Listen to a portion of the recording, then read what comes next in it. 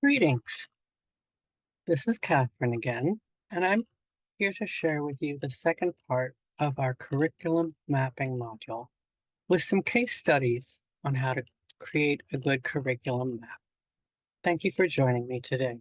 As you remember from our first video, curriculum mapping is part of a cycle of improvement process in which you define what the students will be able to do by the end of a degree program where a certain skill is introduced, reinforced, and mastered, and what the assignment is that teaches to that skill, and what the assessment method for improving learning might be.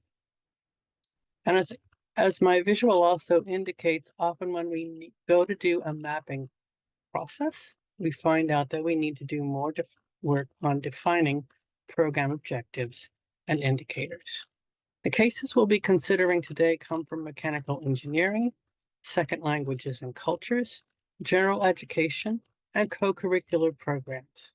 And this presentation is really meant to support mapping of the embedded learning outcomes of the Purdue undergraduate core curriculum, which you can find out more about at the URL on the right-hand side of the page.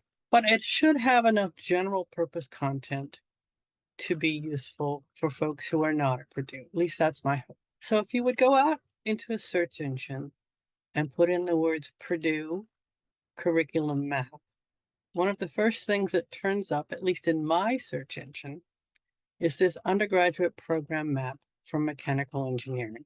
As the title of the document indicates, it's not a curriculum map. It's a program map, and a program map is supposed to help the student and their academic advisor know what courses they have to take in what sequence in order to graduate on time with a BA in mechanical engineering. As a curriculum map, it would be somewhat problematic to most experts because there are a lot of courses in here, particularly introductory courses, that are not actually taught by the mechanical engineering department. For example, the design courses build upon a first-year engineering course that's taught by a separate unit in the engineering college. Similarly, for the mechanics and dynamics courses, where physics in the College of Science is your introductory course. Although to do justice to our friends in mechanical engineering, if you were to click on any of the colored lozenge shapes that have a course name, they do identify student learning outcomes for each of these things, as well as where in the curriculum it's going to be covered. So they have the information to make a more conventional curriculum map from their program map. I'm imagining because they're ABET accredited, they're already doing this. We just couldn't find it on their website. So here you see all of the mechanical engineering courses. This is not from a Purdue mechanical engineering degree, but from another university. And we see X's where the ABET learning outcomes are stated. I have, again, a tiny quibble with this curriculum map. It doesn't use introduced, reinforced, and mastered. We have to assume that things are introduced in the lower numbered courses and mastered in the highest numbered courses, but that hasn't yet been made explicit. What we do know is that they think they're teaching collaborative teamwork in the courses that are X'd here. And so if, say, Purdue Mechanical Engineering wanted to capitalize on the good work it's done identifying collaborative teamwork in their engineering design sequence, they could map it, or probably already have mapped it, to ABET student learning outcomes like this. And so the sequence, they now need to know how are they going to measure the teamwork learning that occurs during the sequence. Maybe they already know how to measure it, maybe they don't. If you don't, I recommend that you do what this expert does. I go out to a scholarly search engine and I put in measurement of intercultural teamwork competence, or whatever else the skill is, and I look for something that's a validated instrument that might work for me. When I did that for this sequence of courses, I came up with a 2021 instrument that was actually developed for design students based on the cultural intelligence model. Looks like a great instrument. These are 4 of its 20 questions. Okay, now we can complete that part of our curriculum map. Language learning is another place where you have highly sequenced courses leading to career proficiencies within an undergraduate major.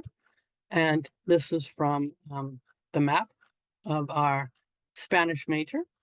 You can easily see where skills are introduced, reinforced, and mastered. Usually, it's been my experience as a former language major that language teachers can identify learning outcomes of those levels pretty quickly. But in case you were not familiar with learning outcome verbiage, here's some great stuff from the American Council of Teachers of Foreign Languages, which you can find on their website. And okay, I can list my courses, I can list my outcomes, I can map it. We could be done with the project of curriculum mapping for the Spanish major now. Now, as it happens at Purdue, our Italian, Spanish, and Portuguese departments have decided they want to focus in their beginner courses on the interpersonal skills of intercultural competence, openness, empathy, knowledge of other worldviews, as well as the verbal and communication skills, knowing well that many people take 2 years of Spanish but are not confident in their verbal and nonverbal communication skills.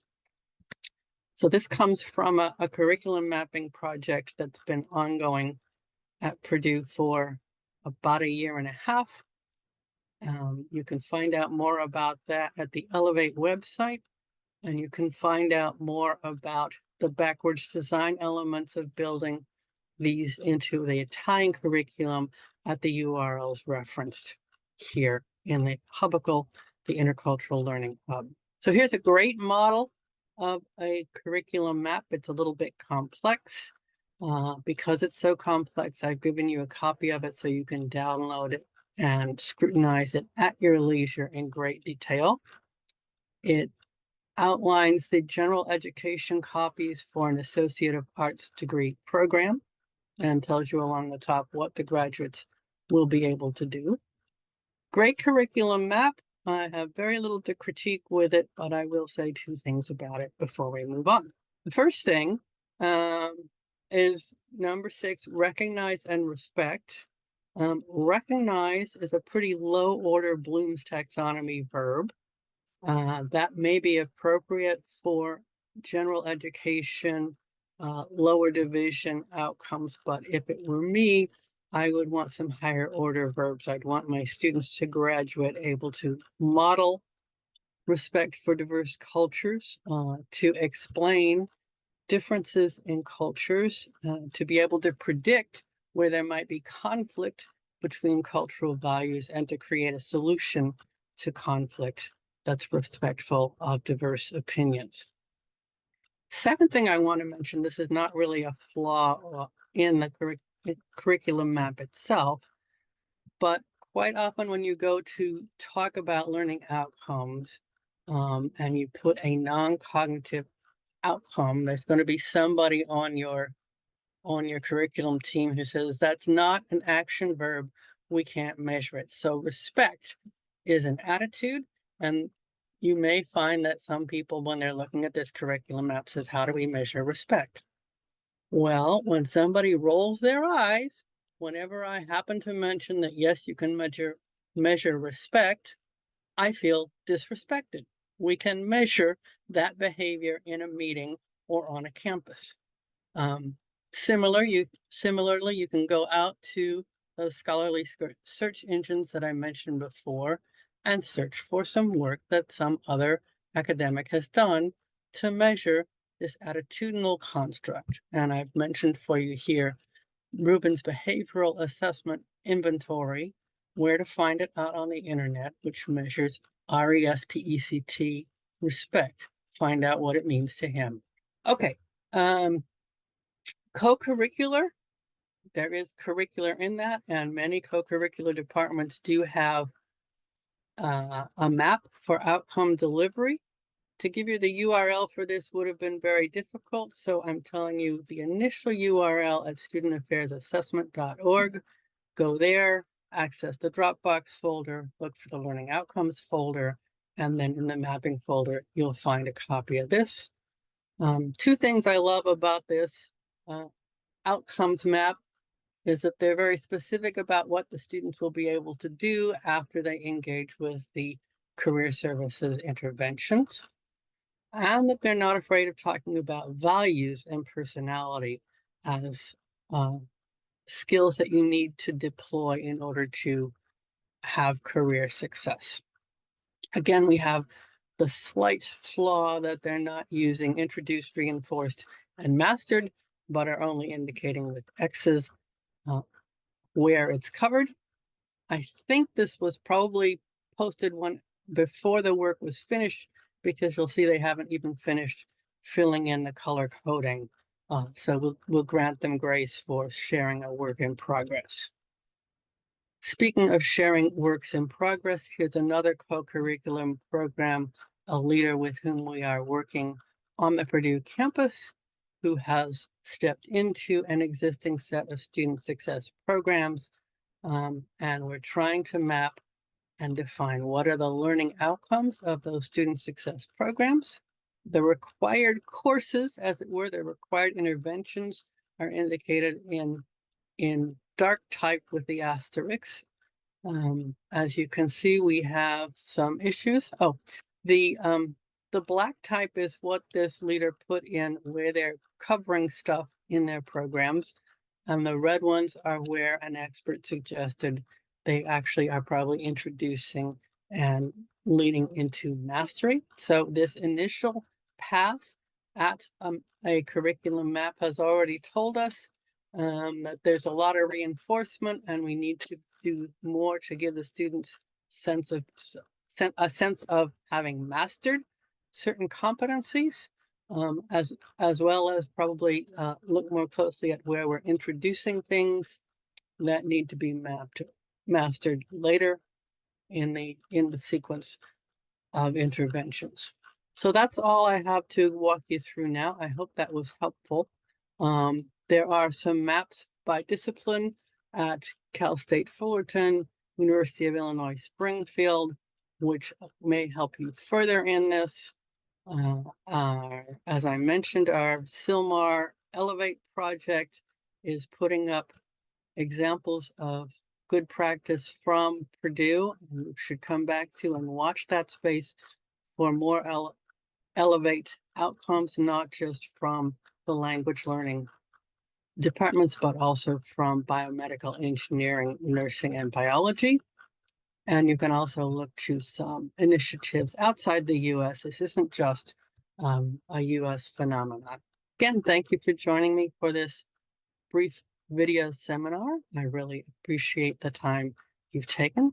If you are at Purdue, you can contact me at the email address listed at the bottom of this thank you note, and I'll be happy to put you in charge with either a Sylmar expert or use my own expertise to support you in your project.